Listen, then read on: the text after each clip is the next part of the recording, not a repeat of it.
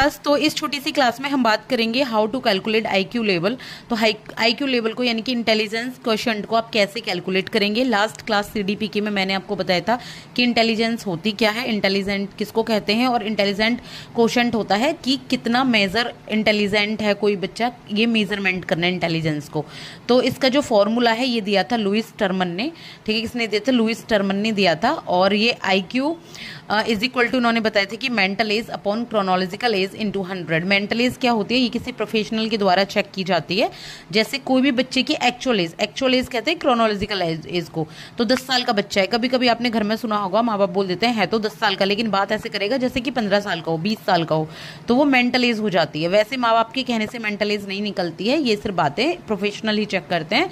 Chronological age होती है जो प्रेजेंट एज होती है, जो किसी भी पर्सन की एक्चुअल एज है, ठीक है, और उसमें हम 100 इंटू 100 कर देते हैं। ये लो मेंटल एज है या हाई मेंटल एज है, दोनों के लिए, चाहे लो आईक्यू है या हाई आईक्यू, दोनों में ही यूज होती है, ठीक है।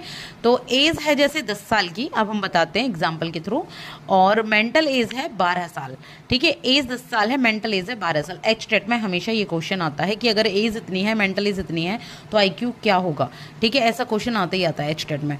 तो 12, हम मेंटल एज को कहाँ लिखेंगे? ऊपर 12 और नीचे लिखेंगे 10 को। हम इसमें कर देंगे इंटू 100। जीरो से आपने जीरो काटा, ठीक है, और यहाँ पे 12 को आपने 10 से मल्टीप्लाई कर दिया, कितना आ गया?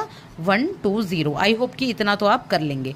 इसके बाद है एक और है केस, ये तो हो गया कि हाई इंटेलिजेंस क्वोशंट आया है, यानी कि आईक्यू लेवल अच्छा आया है। अब हम बात करेंगे लो आईक्यू लेवल की, एग्जाम्पल की। तो एज है 8 ईयर्स है एज, और मेंटल एज है 10, ठीक है।